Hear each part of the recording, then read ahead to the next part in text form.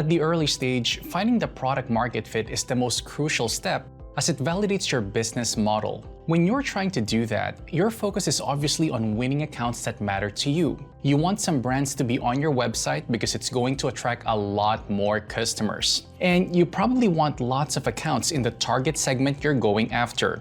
So your eyes are on how many customers you are able to net. You're probably burning through cash and would like to demonstrate a product market fit as soon as possible. In this situation, the metrics you track are leading indicators of a fit between your product and the market.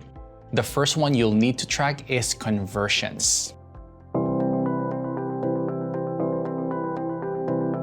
At the early stage, finding the product market fit is the most crucial step as it validates your business model. Detailed research into your initial audiences will help you identify your potential market and reach out to untapped opportunities. Jason Lemkin, the founder of SaaSter, says that 10 conversions are quite a big deal in the initial stages, but they have to be unaffiliated. What is a conversion? When a lead to your website gets converted into a deal, that is counted as a conversion. Initial conversion rate will help you figure out if your business idea and SaaS product are valid and if people accept it. Your website is like a product catalog. Unless more people look at it, understand it, and get moved by it, it could be challenging to convince people to buy your product. A bad website can also skew your metrics because you might actually have a product market fit, but your website might be preventing you from getting a good number of leads. Eduardo Esparza from Product Led says that SaaS companies should keep conversions in mind before building websites. But tracking conversions is obvious. There are a few other metrics that you should keep track of. Let's take a look at them. The number of new and returning visitors. Tracking the number of unique visitors month on month helps you understand if your website SEO is strong. The number of returning visitors is equally important in building a loyal community. Average page views per session. It helps you get an idea of what pages keeps your users engaged while helping them understand your product. Bounce rate. It is a good indicator of the readability of your content. If the bounce rate is on the higher side, you're either attracting the wrong audience or you need to make your content more interesting. Top traffic source. By tracking where most of your users come from, you can optimize your activities to get more visitors from this channel. If you spot a source that seems to be working for you, then you might want to focus your marketing efforts in that direction. Goal conversions. Every website, like every business, would have a different goal. Set up this goal or the desired path you want the visitors to take on Google Analytics. Exit pages. The longer people stay on your website, the better for you. Analyzing top exit pages and the exit rate would help you figure out what these pages lack that the top visited and top landing pages have. It will help you notice a pattern of your visitors' likes and dislikes. This would help you understand what the person coming onto your site is looking for and help them develop a deeper understanding of your target audience. After conversions and website metrics, two crucial unit metrics that you need to track are customer lifetime value and customer acquisition cost. Customer lifetime value, or LTV, is the revenue that the customer will bring throughout their time with your company. It tells you the actual value of your conversions. Customer acquisition cost, or CAC, is necessary to bring in customers. These are inevitable costs. Engaging these expenses would let you know when your business would cover these costs and be profitable. 1. The LTV needs to be 3 times greater than the CAC. 2. The number of months needed to recover your CAC should be less than 12. They say that the best 5 SaaS businesses have an LTV to CAC ratio higher than 3, sometimes as high as 7 or 8. CAC is related to the profitability of a business. While larger companies have more capital and time to recover this, smaller companies might find capital more expensive. According to your business type, you should estimate when you would be profitable, taking CAC and LTV into account. In an article on SaaS metrics, David Skok also says that ideally a company should recover its CAC within 12 months. This timeline could be challenging to manage for some companies, but optimizing the funnel and deep diving into the customer personas can help convert prospects into paying customers. CAC and LTV will give you a rough image of how your business's future looks and can help you align with your objectives. I'm going to be quoting another expert here, Jason Lemkin, who is the founder of SaaS called ZCD, one of the important metrics that most startups fail to track. ZCD is the most likely date at your current spend that you will run out of cash.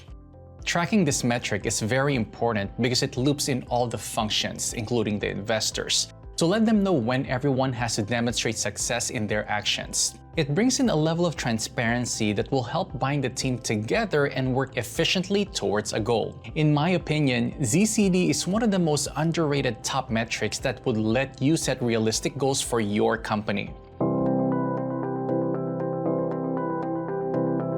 Monthly recurring revenue is the predictable revenue that a business can expect every month. It doesn't take into account any one-time payments, and understanding the various components of your MRR will let you know what works and what doesn't. Deep diving into your customer metrics on a monthly basis would help you make better business decisions. Some of these components are new MRR, expansion MRR, reactivation MRR, churned MRR, and net MRR. With these components, you would understand the meaning behind data, why a particular period has more reactivations, or a generic reason why your MRR is increasing or decreasing. MRR would let you know if your pricing and retention strategies are working and help predict your business's sustainability. So, how do we calculate MRR? MRR is calculated by taking into account all the active and non-renewing subscriptions. Subscriptions in the free trial are not included in the calculation. There are two ways to calculate MRR. The first one is to sum up all the money received from your paid subscriptions or customers. The other way is to use your ARPU, or average revenue per user, to calculate the MRR. You can simply multiply it with the number of paying customers to find your MRR. New MRR. This is the revenue your business makes from all the new customers gained during a month.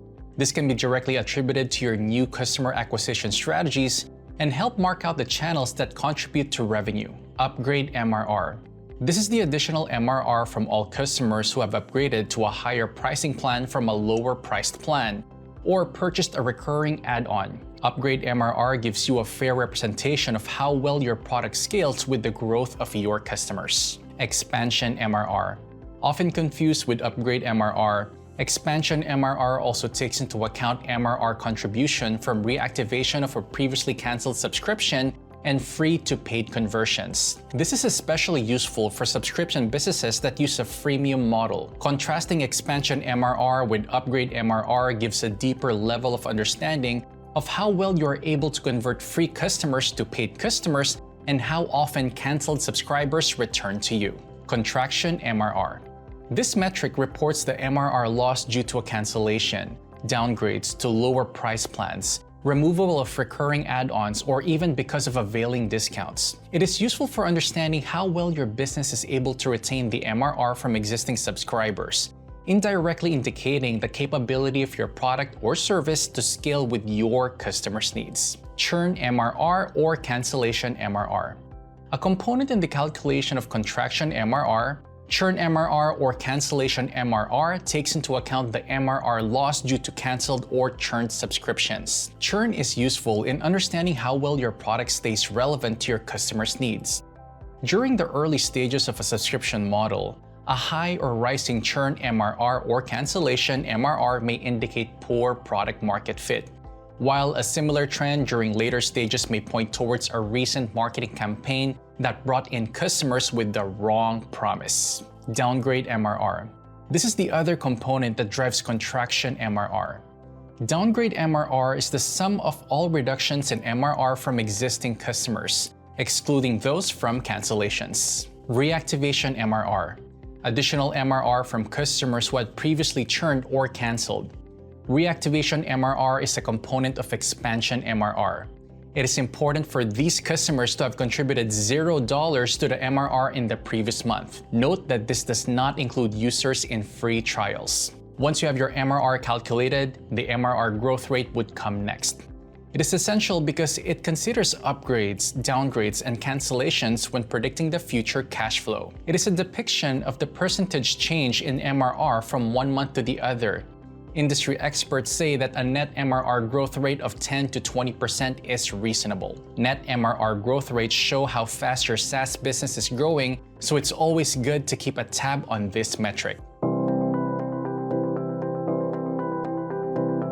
Annual recurring revenue, ARR, is an accumulation of the MRR throughout the year plus other revenue throughout new sales, renewals, and upgrades. It will help understand the business's momentum on a given day and consider downgrades and lost customers. It would also help provide a projection of the revenue growth over a period of time. So, ARR is a handy metric to understand two aspects of a SaaS business revenue. 1. Revenue gain due to the new sales and upgrades, expansion revenue. 2. Revenue lost due to customer churn and downgrades. When measured correctly, ARR is a good indicator of your business's health and forecasting future revenue. ARR also adds essential context for other metrics. For example, say you have a churn rate of 4%. Is that a reason to worry or is it acceptable? But when you look at the churn in a bigger picture with the ARR factored in, you know if it is reason enough to worry. Investors love the predictable revenue that the subscription business model allows. So growing SaaS companies with a healthy stream of ARR stand a better chance at attracting more investors and keeping the board members satisfied. So how do we calculate annual recurring revenue? It is fairly simple to calculate ARR. Here's the formula. If you bill your customers monthly, you can calculate ARR as, for example, if a customer signs a 3-year contract, 36 months for $60,000, which is billed monthly, your ARR calculation is, if you bill your customers annually, you can calculate ARR as, for example, if a customer signs an annual contract for 2 years at $40,000, your ARR calculation is, while this seems relatively straightforward, it is important to know whether all the charges included in the contract value are recurring. ARR is a forward-looking metric and tells you how much revenue you can expect. Naturally, you don't have to include elements of non-recurring nature in the ARR calculation. These elements are 1. One-time fees. 2. Setup fees. 3. Non-recurring add-ons. A couple of points to note is that ARR is a forward-looking metric and not a backward-looking metric. So you can't calculate the ARR by adding the total revenue for the last 12 months. Rather, you take into account how much revenue you can expect in the future, not how much you generated last year. Also, if you have given your customers discounts or coupons, that means they are not paying the full price of the subscription. It is essential to account for the discounts when calculating ARR. For example, if the annual subscription value is $10,000 with a 20% discount, the customer is only paying $8,000, and only that should be considered for ARR calculation.